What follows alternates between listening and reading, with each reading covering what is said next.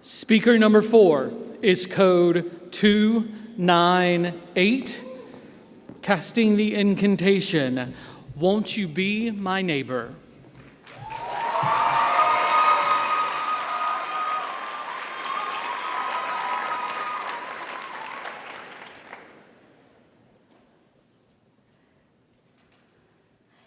Children's television should not be confusing. Elmo. What creature is he? Dora the Explorer. Where are her parents? Mr. Rogers' Neighborhood.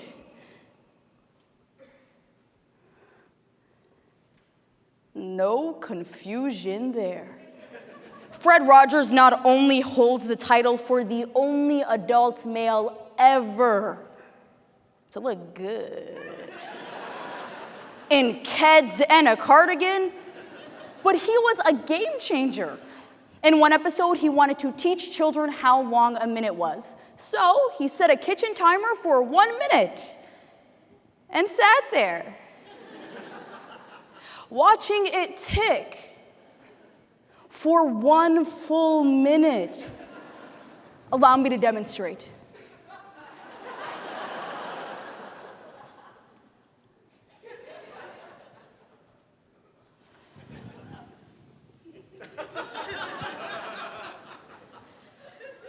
Yeah, I can't be quiet for that long. Mr. Rogers broke all the rules. He taught lessons on love, acceptance, and understanding. I worry, though, that we don't live in that same neighborhood.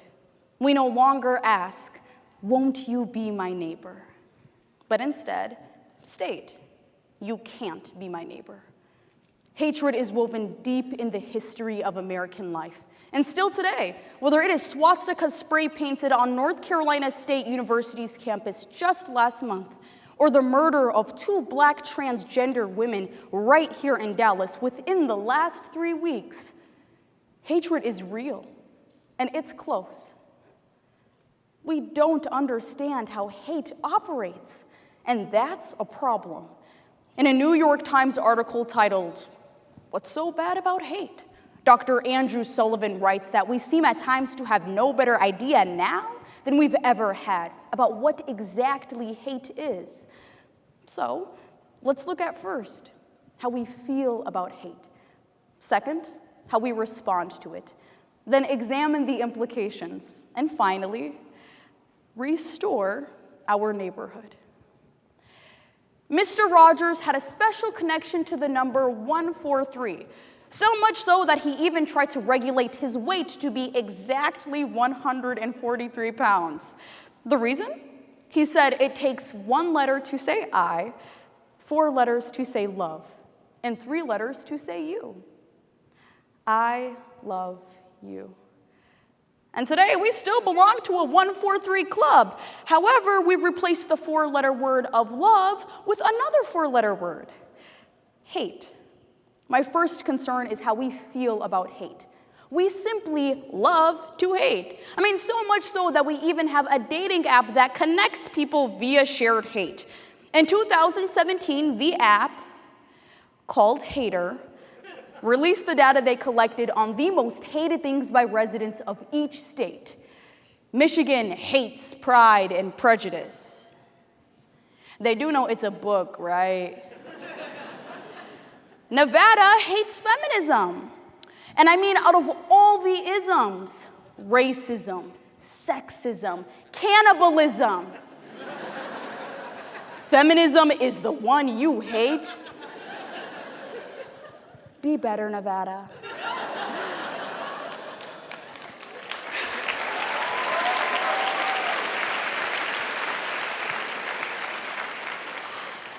And Colorado hates NSYNC. And I mean, it might sound crazy, but it ain't no lie. And to Colorado I say, bye, bye, bye.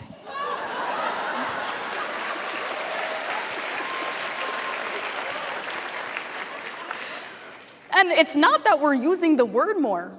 evidence suggests that we actually feel more hate. I mean, think about it. The last time you got really upset by someone on MSNBC, CNN, or Fox News, were you frustrated by what they said? Or morally disgusted, which according to NYU psychology professor Jay Van Bavel is the definition of hate. It's the feeling that's erupting in us and around us.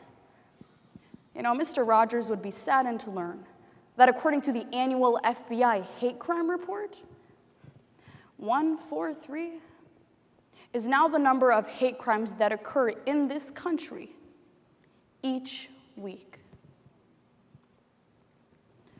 One of the most powerful episodes of Mr. Rogers' Neighborhood featured Mr. Rogers being cradled by Coco the gorilla.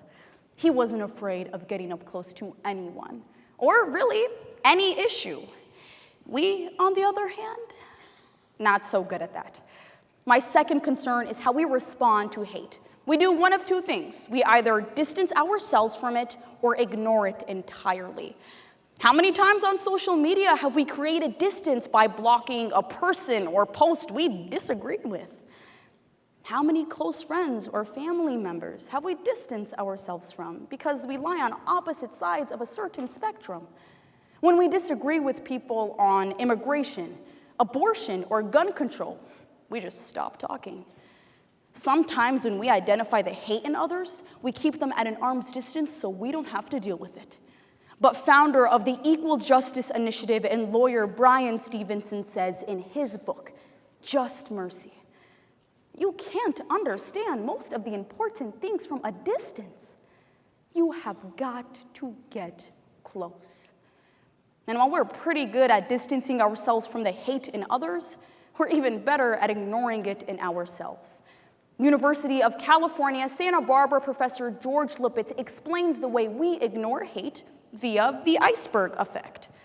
I mean, it's really easy to call out the external hate that is undeniably visible, the tip of the iceberg.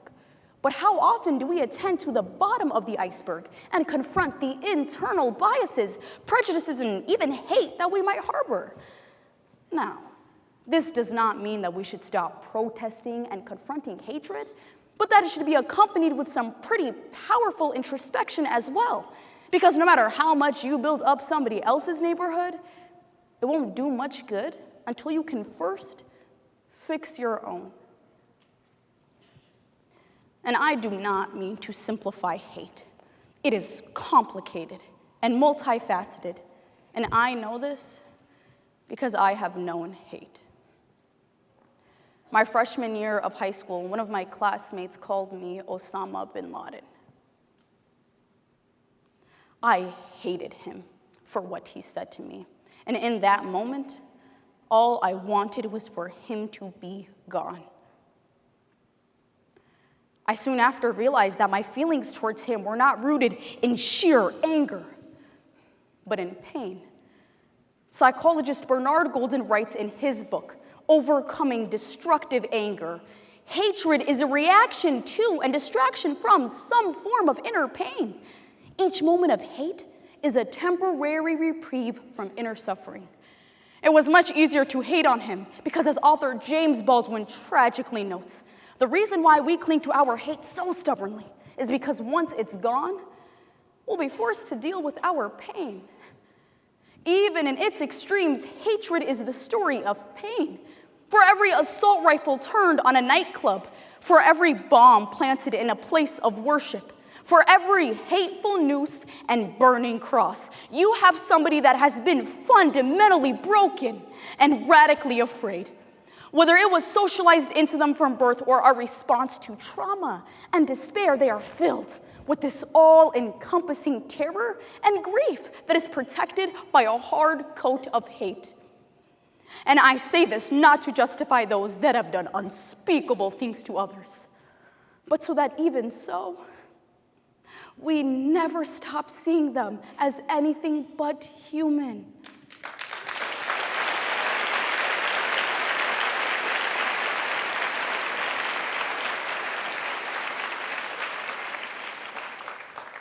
You see, America doesn't just have a problem with hate.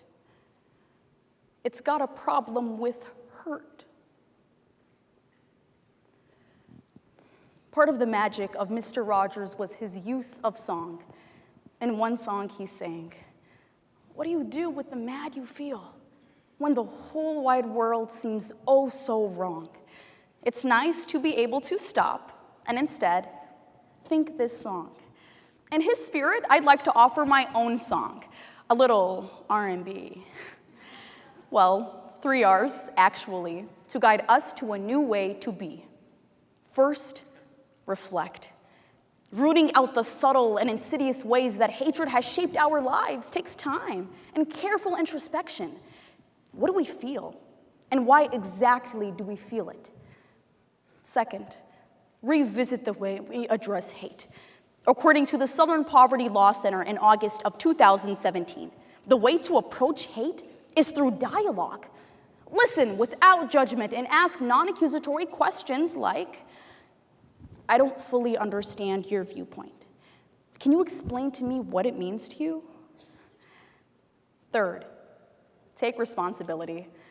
Pointing fingers, being a bystander, and remaining silent are some of the ways that we all contribute to hate. And there's a fourth R, Rogers. To live audiences, Mr. Rogers would ask people to sit in silence for 1 minute to think about that special somebody that's helped them along the way. We're gonna try a moment of silence. And for 10 seconds, I want you to think about a person, place, community in which you feel accepted and loved. I'll time you. Go ahead.